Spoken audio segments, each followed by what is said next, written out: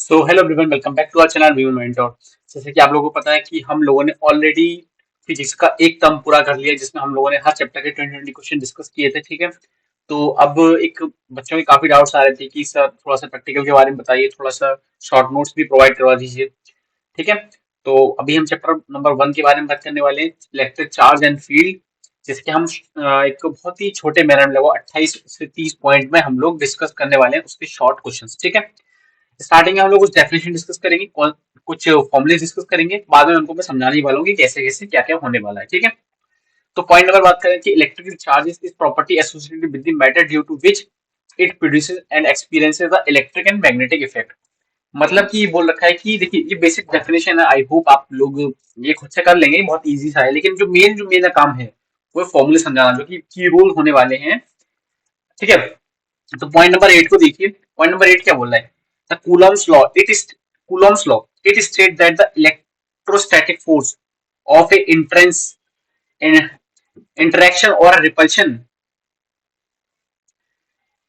act between two stationary points charges is। मतलब इन्होंने बोला है कि देख कूलम कि इलेक्ट्रोस्टैटिक फोर्स दो स्टैटिक चार्जेस हैं, उनके बीच में उसका फॉर्मूला दे रखा है। ठीक है, फॉर्मूला क्या है? फोर्स इज इक्वल टू, जैसे force is equal to k Q one Q two upon are square. अब के की वैल्यू क्या दे रखी है? के की है 1/4 पाई एप्सिलॉन नॉट, और इसकी और अगर इसका 1/4 पाई एप्सिलॉन नॉट को हम कन्वर्ट करेंगे तो कितना आएगा? तो दैट इज 9.9 इंटू 10 की पावर 9 न्यूटन मीटर स्क्वायर पर कूलम स्क्वायर। ठीक है, याद रखने वाला है। जो एप्सिलॉन नॉट है परमिटिविटी कांस्टेंट है फॉर स्पेस के लिए। अगर किसी फॉर एग्जांपल किसी मीडियम में डालेंगे तो एप्सिलॉन नॉट के साथ एक कांस्टेंट और आएगा, एप्सिलॉन नॉट या eps into epsilon naught r. उस समय वो आर क्या होगा? वो उस मीडियम का रिफ्लेक्टिव, उस मीडियम का इंडेक्स होने वाला है, परमिटिविटी कांस्टेंट होने वाला है। ठीक है, तो चलिए, जैसे कि देखिए फॉर एग्जांपल कि देखिए जो absolute permittivity of a medium जो दे रखा है ना, ई आर, उसका देखिए एग्जैक्टली मैंने बोला ना, फॉर एग्जांपल अगर किसी मीडियम ई में है तो उसका जो ई होने वाला है वो क्या होगा? एब्सोल्यूट इनटू ई आर, जैसे कि मैंने ऑलरेडी एक पॉइंट में डिस्कस कर दिया पिछले वाले फोर्थ पॉइंट में। ठीक है, तो हमने क्या सीखा इसमें कि force is equal to k Q one Q two upon are square. अब देखिए फोर्स क्या वेक्टर क्वांटिटी है, स्केलर क्वांटिटी है? तो अब इसकी बात है, ये इस एक वेक्टर क्वांटिटी है। अब वेक्टर क्वांटिटी कैसे कि अगर आप किसी इंसान को या फिर किसी भी चीज को पुश करोगे या पुल करोगे, ठीक है, तो that will be in a direction, या फिर अपवर्ड डाउनवर्ड किसी एंगल पे होगी। ऐसा तो नहीं किसी रैंडम डायरेक्शन हो या फिर जिगजैग तरीके में हो। ठीक है, तो it will be always a directive. और इसको अगर अगर मैं साइंटिफिक लैंग्वेज में, मैथमेटिकल लैंग्वेज समझे तो क्या समझेंगे कि r is the vector, direction vector for the force. ठीक है, चलिए अब बात करते हैं कुछ पॉइंट नंबर 9 की क्या है। तो electrostatic force are conservative force. Electrostatic force क्या है? वो कंजर्वेटिव फोर्स है। ठीक है, ये बात आपको याद रखनी है। ठीक है, the principle of superposition of electrostatic forces, this principle state that the net electrical force is experienced by a charge q naught due to a system of charged particle is equal to the vector sum of forces। अच्छा ठीक है, इसने बोला है कि कोई, जैसा for example मैं आपको समझाता हूँ कि कोई आदमी है, उसको चार लोग धक्का लगा रहे हैं, तो या फिर ऐसे ही बोल लीजिए कि कोई गाड़ी है जिसको चारों तरफ से और सारी गाड़ियां खींच रही हैं और वो मूव नहीं कर रही है, तो इसका मतलब उस पर नेट फोर्स क्या है? जीरो। ऐसे ही चार्ज पे क्या है? अगर फॉर एग्जांपल चार्ज पे अलग अलग चार्जेस की रीजन की वजह से, उनकी वजह से किसी एक क्यू नॉट चार्ज पे फोर्स लग रहा है ना, तो वो फोर्स क्या होगा? सारी फोर्सेस का वेक्टर सम के बराबर होगा। तो that is f naught is equal to f naught one plus f naught two plus f naught three plus x, जितने भी हैं उतने तक। ठीक है, तो और आपको फोर्स का फॉर्मूला बताइए, force is equal to k Q one Q two upon r square. ठीक है, अब अगर आपको वेक्टर सम निकालना है तो आपको वेक्टर भी लेना पड़ेगा इसमें, क्योंकि वेक्टर सम की ही बात की गई है इसमें। ठीक है, चलिए जैसे कि आप इसको डायग्राम को देख लीजिए, ये वाले डायग्राम को मैं आपको मार्क कर रहा हूँ, इस वाले डायग्राम को देखिए, इसमें दे रखा है। ठीक है, इसमें ये पॉइंट जहां पे मेरा कर्सर का पॉइंट एरो है, वो एक पॉइंट चार्ज, इस पे बहुत सारे फोर्सेस लग रहे हैं। ठीक है, पॉइंट नंबर 11 को देखें कि electrostatic force due to the continuous charges distribute. ठीक है, the reason in which the charge is closely spaced is said to be having a continuous distribution of charges।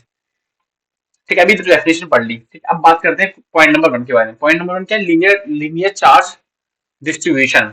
देखिए ये एक वाइट सावर्ट्स लॉ है, जो कि आप आगे भी पढ़ेंगे, है ना, कि किसी एक की कोई कोई चार्जेस है डेल्टा क्यू, है ना, और डेल्टा एल लेंथ का, बहुत डेल्टा का मतलब होता है कि बहुत, डी का मतलब होता है बहुत छोटा, बहुत छोटा।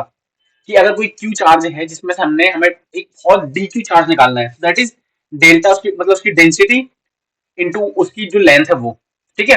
तो इसका जो चार्ज हो गया कितना होगा, डी क्यू कितना हो गया, लैम्डा जो कि density into linear charge density into DL. D क्या बहुत छोटी सी लेंथ है, या फिर एक पार्टी एक डायरेक्ट, या फिर ऐसे बोल लीजिए कि एक हमने बहुत छोटा एक पॉइंट चार्ज माना है कि जो कि हम ऐसे कंसीडर कर सकते हैं कि वो स्ट्रेट है, ठीक है। तो उसकी लेंथ ले ली एल हमने, ठीक है।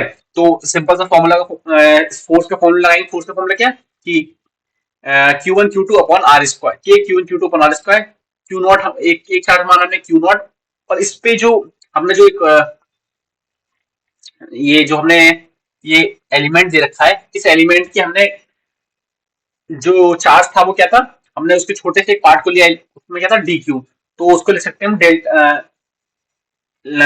Linear density into delta L, ठीक है। जब हम नेट फोर्स निकालेंगे तो दोनों तरफ इंटीग्रेशन कर देंगे, तो दोनों तरफ इंटीग्रेशन करेंगे तो डीएल क्या हो जाएगा, लेंथ, है ना।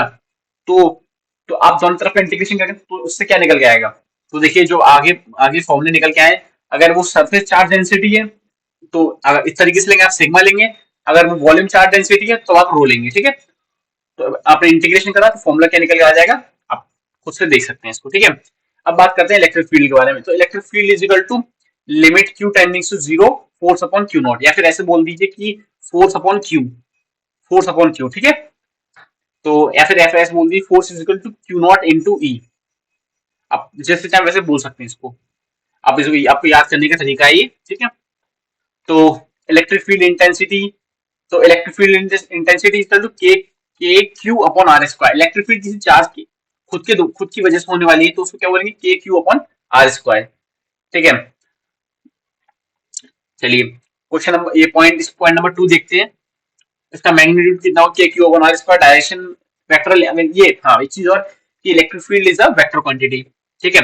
अब जैसे मैंने लास्ट टाइम बोला था कि अगर आप किसी चार्ज पार्टिकल पे किसी एन नंबर ऑफ चार्ज के द्वारा फोर्स लगाया जा रहा है तो उनको हम वेक्टर सम कर देंगे तो निकल के आ जाएगा। सेम ऐसे ही इसमें भी सेम कर सकते हैं कि e is equal to e one plus e two plus e three plus जितने भी एन है तो एन का सम। चलिए जैसे कि हमने इसमें देख लिया, उसमें भी दिखा था डायग्राम में, इसमें भी हमने देख लिया, ठीक है। जैसे कि देख सकते हैं आपस में कि सारों का सम होने वाला है, ठीक है। चलिए क्वेश्चन नंबर 15 पे चलते हैं। 15 क्या बोल रहा है, इलेक्ट्रिक फील्ड के बारे में, कि इलेक्ट्रिक फील्ड क्या करती है, पॉजिटिव चार्ज से निकलती है, नेगेटिव में एंटर करती है। अगर दो पॉजिटिव आपस आपस में रख दिए गए तो वो रिपेल करते हैं, सेम चार्जेस रिपेल इसी तरह, अपोजिट चार्जेस अट्रैक्ट इसी तरह। ये आपने तो बचपन से पढ़ा है, ठीक है। आप देखते हैं कैसे कि पॉजिटिव से जो चीज बाहर निकलेगी और अगर दोनों साइड से बाहर निकली ऑब्वियसली ये आप आपस में एक दूसरे से दूर भागेंगे, तो आप देख सकते हैं कि जो इलेक्ट्रिक फील्ड लाइंस बनेंगी दो पॉजिटिव चार्ज के आपस में आसपास होने की वजह से, तो वो इस तरीके की होने वाली है, देखिए इस तरीके की, ये प्लस क्यू में जैसे आ रहे हैं ना वैसे। और अगर जैसे हमको पता है कि निगेटिव क्यू में वो इलेक्ट्रिक फील्ड एंटर करती है निगेटिव चार्ज में, तो वो कैसी होने वाली है आप देखिए कि एक स्ट्रेट लाइन भी होगी जब एकदम सामने सामने होगा, वो भी होगी एक तरह से ऐसे कर्व बना देगी, कर्व क्रिएट, ठीक है। तो आई होप आपको समझ में आ गया होगा, ठीक है। अब पॉइंट नंबर 17 चलते हैं। Electric dipole, two point charges of same magnitude and opposite in nature. तो इलेक्ट्रिक डायपोल क्या है कि दो दो पॉइंट चार्जेस हैं, अपोजिट इन नेचर हैं और सेम मैग्नीट्यूड, जैसे माइनस क्यू और क्यू, ठीक है। और एक दूसरे से सेपरेटेड है with a very small distance, और आपस में बहुत ही एक एक डीएल डिस्टेंस से आपस में सेपरेटेड है, ठीक है। चलिए तो डायपोल का हमने किससे रिप्रेजेंट किया, पी से, that p is equal to q. हम चार्ज का मैग्नीट्यूड लेने वाले हैं, यानी कि मैग्नीट्यूड क्या है क्यू, और उन दोनों के बीच का डिस्टेंस यानी कि दैट इज 2l, और 2l is almost negligible, very small बोल सकते हैं आप इसको। तो डायपोल का जो मैग्नीट्यूड क्या होने वाला है, Q into 2l, Q into distance between the charges, ठीक है। तो आई होप आपको ये समझ में आने वाला है। अब देखिए, अब electric field due to dipole in axial and in axial direction and in equatorial पे देखने वाले हैं, तो वो कैसे होने वाला है, ये आप इन फॉर्मूले को याद रख लीजिए। एक्सियल पे क्या होने वाला है, that is 2p upon 2k p upon r cube, ठीक है। और इक्वेटोरियल पे क्या हो जाएगा, kp अपॉन आर क्यूब, याद रख लीजिए इस चीज को, ठीक है। ये फॉर्मूला बेस्ड चीजें आपको याद रहनी चाहिए, ठीक है। अब बात करते हैं टॉर्क पे। टॉर्क क्या है कि टॉर्क की अगर आप इसको डेफिनेशन वाइज देखें या फिर फॉर्मूला वाइज देखें तो टॉर्क इज दी डाइपोल का cross product with electric field, ठीक है। तो इलेक्ट्रिक क्रॉस प्रोडक्ट जब हटाते हैं तो क्या साइन थीटा आता है, तो पीई साइन थीटा, ठीक है। यानी या फिर ऐसे बोल लीजिए कि एक एक फोर्स एक फोर्स जो आपको सर्कुलर मोशन में मूव कराने के लिए पुश करती है, जैसे ये डायपोल है, अब ये आपको ऐसे पुश करेगा, जैसे कि आप देखिए ये पी एक डायपोल है, इस पर टॉर्क लग रहा है एफ ई, एफ इधर लग रहा है और माइनस एफ इधर लग रहा है। पॉजिटिव चार्ज इस तरफ लगेगा, नेगेटिव चार्ज अपोजिट डायरेक्शन में लगेगा, तो एक इसको आपको रोटेट करने की कोशिश करेगा, ठीक है। जैसे कि एक साइकिल के पेडल को आप रोटेट करते हो, ठीक है, वैसे ही। तो टॉर्क टॉर्क मिनिमम कब होगा, जब साइन टॉर्क पी और ई तो ये कांस्टेंट है, तो साइन थीटा की वजह से यानी कि थीटा की वजह से वेरी करेगा कि कहाँ मिनिमम कहाँ मैक्सिमम। तो मिनिमम कब कितना होने वाला है, जब साइन थीटा 0 होगा। तो 0 कब होगा, पाई 0 डिग्री पे या पाई पर। तो ऑब्वियसली हम 0 कंसीडर करने वाले हैं, तो 0 पे मिनिमम होने वाला है, और मैक्सिमम कब होगा, साइन थीटा 1 होगा, दैट इज पाई/2 पर, ठीक है। तो आई होप आपको ये चीजें समझ में आने वाली होंगी। अब ये पॉइंट्स है, कुछ डेफिनेशन आप उसको याद कर लीजिए, मैंने उसको ऑलरेडी एक्सप्लेन कर दिया है, ठीक है। अब ये क्या है, W, दैट इज, ठीक है। पॉइंट नंबर 17 पे चलते हैं। The work done in rotating the electric dipole from theta 1 to theta 2। अगर किसी इलेक्ट्रिक डायपोल को हमें रोटेट करना है, किसी थीटा 1 एंगल से थीटा 2 तक जाना है, तो उसमें कितना वर्क डन होगा, तो आपको सिंपल सा फॉर्मूला है, that is work done is equal to PE cos theta 1 minus cos theta 2, जिसमें पहले से है माइनस जिसमें बाद में पहुंच गया, ठीक है। याद रख लीजिए इस चीज को। अब 28 पे चलते हैं, potential energy of electric dipole when it rotate from 90 degree to theta 2 0 degree. अब याद रखना थीटा 1 माइनस थीटा 2, यानी जिसमें पहले से है माइनस बाद में जिसमें है, ठीक है। तो आप वैल्यू डालिए, सिंपल सा आंसर माइनस पीई, क्योंकि साइन थीटा, क्योंकि यहाँ पे कॉस थीटा और कॉस थीटा 1 और कॉस थीटा 2 की आपको वैल्यू सिंपल सी डालनी है, क्योंकि थीटा 1 और थीटा 2 दे रखा है, ठीक है। तो मैक्सिमम वर्क डन कितना होने वाला है, दैट इज 0 से अगर पाई पर मूव करेगा, मिनिमम वर्क डन कब होने वाला है, जब 90 से 0 पर मूव करेगा, ठीक है। आई होप आपको ये समझ में आने वाले होंगे। तो यहाँ पे हम लोगों ने ऑलमोस्ट चैप्टर 1 के सारे शॉर्ट नोट्स कवर कर लिए। कुछ डेफिनेशन जिनको मैंने एक्सप्लेन नहीं किया है, ये बहुत ही कॉन्सेप्चुअल चीजें हैं, आप इनको रीडिंग लगा लीजिए, नहीं तो मैं इनको एक्सप्लेन करूँ तो काफी लंबा वीडियो हो जाएगा, दैट विल बी हेक्टिक। सो फिलहाल के लिए इतना ही। अगर आपको बताना है कि चैप्टर नंबर 2 का भी ऐसा हम रखें, तो आप मुझे कमेंट बॉक्स में पिंक कर सकते हैं, ठीक है। चलिए, ओके, बाय, थैंक यू।